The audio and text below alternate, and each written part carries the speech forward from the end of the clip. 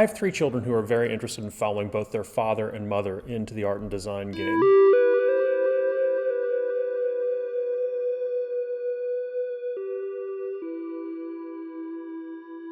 Believe it or not, I have some concerns about their desires. I think one of the most difficult things about a studio practice is something that is very rarely discussed, and it's the simple fact that each and every day that you walk into the studio, you begin anew. It's not as if when you close the doors to the studio in the evening, magical elves appear and make your work for you. There's a level of self-discipline, there's a level of motivation, and there's a level of commitment that is incredibly difficult emotionally, can be incredibly difficult emotionally, intellectually, spiritually, to maintain over time, even when one has a deep and abiding love for the work.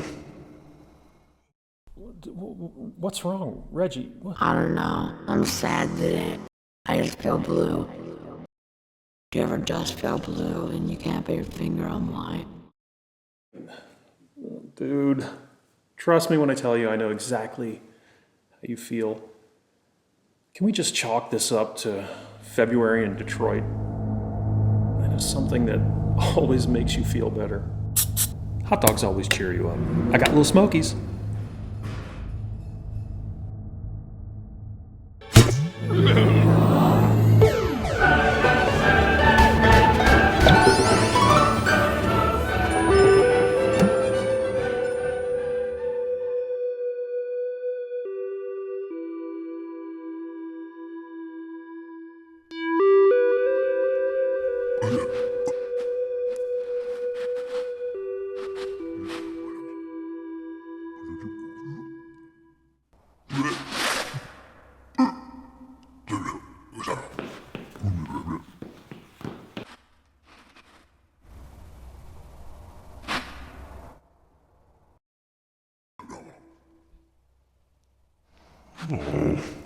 What's wrong?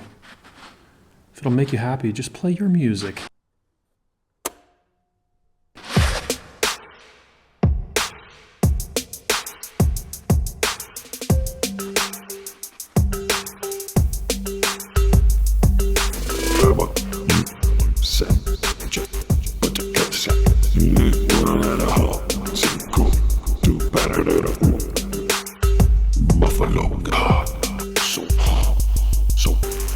So damn hard. So hard. So damn hard. Back from a commercial to a show, or like a show will jump into a different like situation that lasts like 10 seconds, then comes back. Oh, okay. Like new shows will have like an interstitial, like a weather's essentially a long interstitial, but You know, it's not as if magical elves actually come to your studio and make work for you, and that you got to go to the studio every day and grind. The fact is that the spirit itself is actually real. You know, I was talking to Chris. I was speaking with Chris, who laid something on me, which I'm shocked I've never heard before. But the idea that if you leave a painting for a day, it leaves you for 3. There's this very real thing about how the spirit, the muse, descends upon you.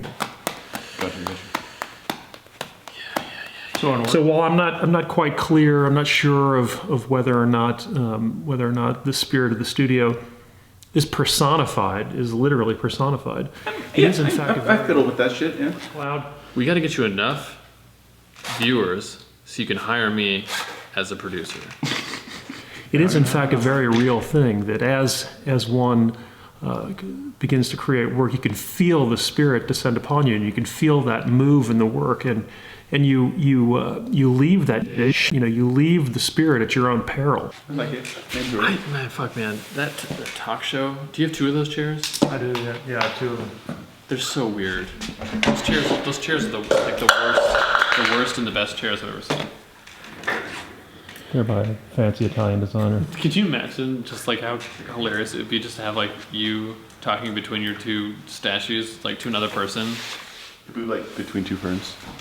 Between 2 ferns, but it's like between 2 busts. And Reggie's just like hanging from the ceiling or comes down from a swing. But just like I mean, he's like a little creature, right? Mm-hmm. Like he can just like come out of anywhere, right? Yeah. He can come out of just like the fabric between atoms, just like grow out. Plus, it's like I feel like it marries your mission, which is like entertainment and education. Yeah, I'm gonna hire you. That's when you come in. You want to be on the writing team, Eric? Sure. Anybody who comes in, he's on the writing team. Eric's been on the writing team. Right, Like, Eric- his mind is in the matrix. His mind Give me a mask, I'll fuck that shit up.